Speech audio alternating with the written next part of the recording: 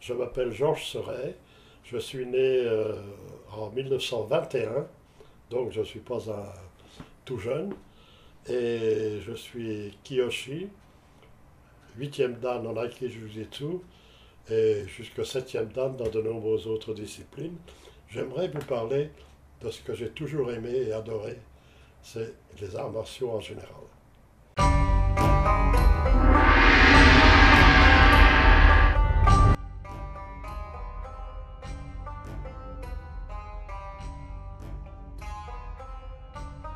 C'est très simple. Euh, je me suis trouvé en face d'un fantassin allemand qui était un très bon sportif. Et quand il a lancé sa grenade, il l'a lancée très loin derrière. De fait, j'avais juste un petit éclat dans les reins, mais ça touchait juste le nerf sciatique.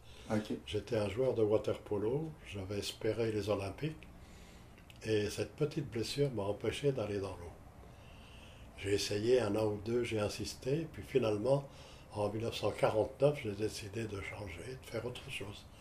Ce autre chose, c'était le judo. J'ai passé une partie de ma vie dans les services spéciaux et j'étais pas mal armé avec un pistolet et mes mains. Donc j'ai choisi le judo et le jiu-jitsu. J'ai trouvé un club de judo, le Jiu-Jitsu Club, Judo Club de Levallois, qui venait d'ouvrir, avec un maître, René Landra, qui était quatrième dan à l'époque. C'est-à-dire pour un non-japonais, c'était tout à fait exceptionnel. Il avait été élève de De Herth et de Kawashi.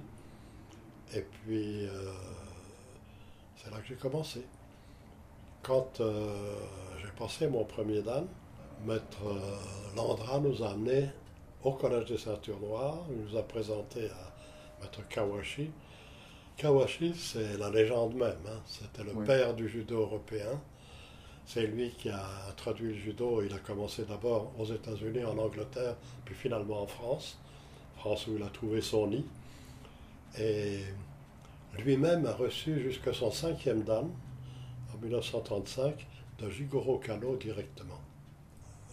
Celui qui était en charge, Michigami ou n'importe qui, nous mettait au coup d'œil, là, selon les grandeurs à peu près, pour ne pas être trop différent, mais il n'y avait pas de catégorie de poids. Moi, mon shodan, je l'ai passé avec un groupe de 6 où j'étais le plus léger et le plus vieux, et le seul qui a marqué ses 5 points. Nous étions 100 et quelques. Il y avait, je pense, 17 groupes, et au maximum 17 auraient pu passer. En réalité, on a été reçus 4. 5 ippons, ce n'était pas automatique. Ah non, c'est difficile. Et c'était 5 ippons, c'était pas Oui. 5. Maintenant, ceux qui n'avaient pas réussi leurs 5 étaient en fait comptabilisés avec les points qu'ils ont gagnés. Et dans des compétitions officielles suivantes, il fallait qu'ils accumulent 12 points. Recevoir automatiquement, à condition qu'ils aient passé avant ça, ça durait 2 jours, les examens techniques judo, jiu-jitsu et les katas. Mettons que c'était plus formel. Je considère qu'un élève n'est jamais à blâmer s'il rate son examen. C'est toujours la faute du sensei qui ne devrait jamais présenter un élève qui n'est pas prêt. Mais à tout début, c'était le judo. D'ailleurs, à part le judo, le karaté et l'aïkido étaient très peu connus dans le monde occidental. Mais nous avons donc, mes fils et moi, nous avons commencé le judo. Moi, j'étais ceinture noire deuxième dan judo jiu-jitsu en 1958 quand je suis arrivé. Vous êtes arrivé en 58 au Canada? En 58. Mes enfants avaient 4 ans et demi et 7 ans et j'avais commencé à les faire pratiquer en France quelques mois avant. Je les ai amenés à la ceinture noire de judo. À ce moment-là, j'ai dit maintenant, à l'aventure. On va tout expérimenter. Je n'aurais pas fait passer leur examen de ceinture noire avant d'avoir 18-20 ans. Quoique à 13-14 ans, ils pouvaient se mesurer avec n'importe quel shodan. Ils avaient même peur d'eux. Sauf que j'ai considéré qu'avant l'âge de 18 ans, ils n'ont pas la maturité suffisante pour assumer c'est une responsabilité. Eh bien, la première chose, c'est que un candidat ou un élève qui est arrivé à la ceinture noire, c'est qu'il veut réussir, théoriquement. Malheureusement, il y en a beaucoup qui pensent que la ceinture noire, c'est l'achèvement, c'est la fin de leur carrière, c'est tout ce qu'ils ont voulu, tout ce qu'ils ont espéré. Maintenant, je suis ceinture noire, je suis le roi du monde. C'est absolument faux, bien sûr, nous le savons. La ceinture noire, pour ceux qui comprennent bien, c'est le début d'une carrière dans les arts martiaux. N'importe quelle discipline il a choisi. La discipline choisie est celle qui te convient le mieux. Tout le reste, après, dépend d'un bon sensei, un bon professeur, un bon élève et la persévérance dans le travail. L'essentiel, quand on est ceinture noire, c'est de prendre conscience que nous sommes au début d'une carrière. À nous d'en tirer le maximum. La première chose que j'ai faite, j'ai rencontré Louis Arpin, qui avait été en France et que Kawashi m'avait recommandé. Et 3-4 jours après que je suis arrivé, on s'est rencontrés et il est venu avec 2 de ses jeunes ceintures noires, Jacques Abou et Louis Blanc. Ils avaient déjà commencé à essayer de s'organiser pour ouvrir quelque chose et nous avons, les 4 ensemble, ouvert donc le club qu'on a appelé Akudokan. Dès le début d'ailleurs, étant donné que j'ai fait déjà dès les premiers jours des émissions de télévision, et même une à 7 h du soir, une émission qui s'appelait Point d'interrogation, très populaire à l'époque. Et il n'y avait qu'un seul poste de télévision. Il n'y avait que Radio-Canada à l'époque. Donc tout le monde nous connaissait, tout le monde nous a vus. Et quand on a ouvert le dojo, c'était plein tout de suite. Et puis, c'était l'étonnement des parents. Les parents étaient absolument émerveillés de voir leurs enfants turbulents et tout, rester pendant 2 heures de temps assis ou en travaillant, mais sans dire un mot, à écouter, à faire ce qu'on leur disait de faire. Si quelqu'un me demande pour les enfants qu'est-ce qu'ils devraient faire quand ils sont jeunes, je conseille toujours les arts martiaux et de préférence le judo. Il y a une raison, parce qu'il y a une ambiance où les enfants sont plus proches, ils ne se frappent pas, hein, ils s'attrapent, ils se balancent et tout, alors qu'en karaté, par exemple, ils frappent. C'est ma vue personnelle. Hein. Oui. J'ai rien contre les enfants qui font du karaté, ils le font bien. Personnellement, ce que je conseille, c'est de commencer par le judo. Oh, il y a à peu près une dizaine d'années. Mais on a enseigné, d'abord l'Akudokan était mon club au départ.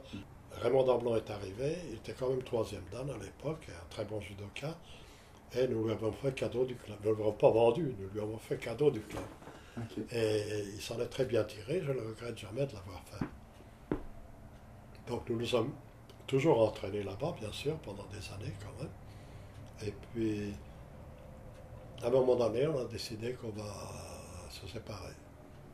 D'abord parce que nous étions partis sur l'Aki Jiu-Jitsu et Raymond est resté sur Judo et Aikibudo. Au moment où nous avons décidé de nous brancher sur l'Aki Jiu-Jitsu, il y a une 30aine d'années au moins, nous avons ouvert nos propres dojos progressivement pour en arriver à ce qu'on a maintenant. L'essentiel, c'est que l'attaque de celui qui fait Uke doit être franche, nette et concrète. Parce que si une attaque est molle comme ça, j'ai aucune raison de me défendre.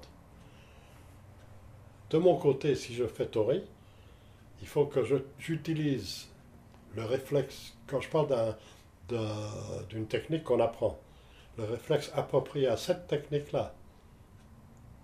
Et il faut que j'essaye de me perfectionner dans l'exécution de cette technique et de rien faire d'autre.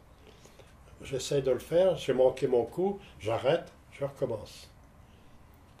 Tout à fait contraire à cela, c'est les randori.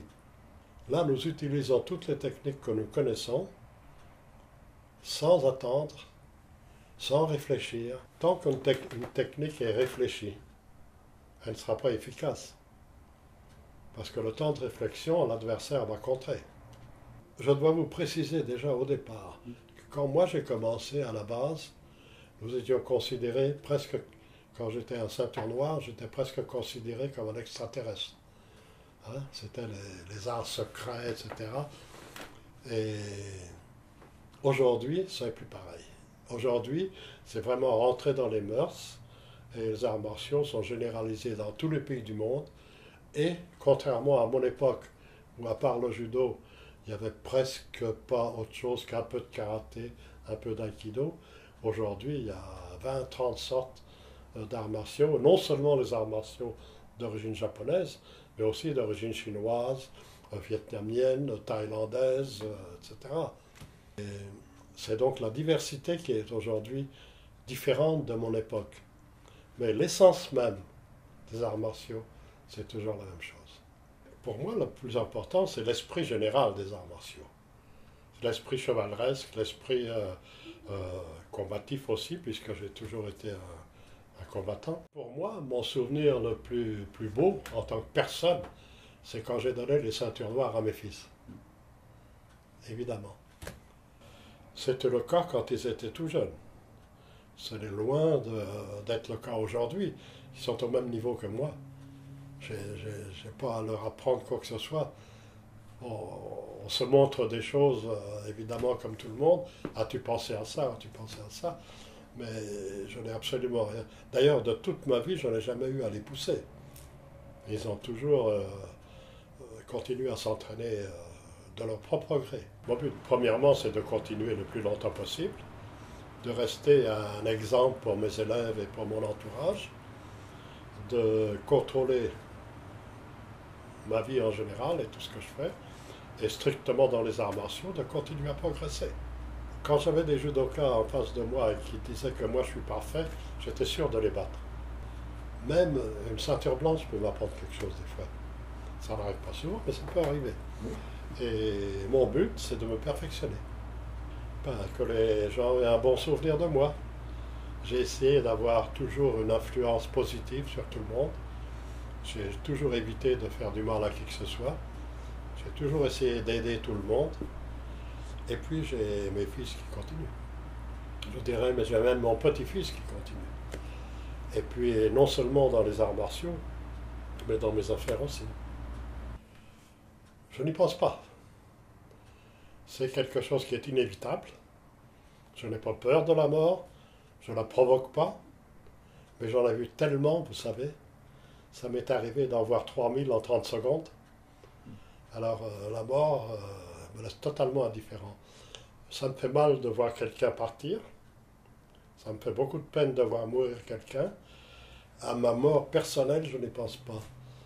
J'ai un peu de peine à penser à ceux qui vont rester et qui auront de la peine de voir partir, comme je l'espère, mais c'est tout. Ce qui viendra après, je suis croyant mais pas pratiquant, je ne crois pas et je ne décrois pas non plus dans l'après la mort, on verra. Ça ne dépend pas de moi. Et tout ce qui ne dépend pas de moi, je ne me casse pas la tête pour. Tout ce qui dépend de moi, je fais de mon mieux. Monsieur Seurig, je vous dis merci beaucoup. Avec plaisir. On pourra continuer encore. Moi, je suis infatigable.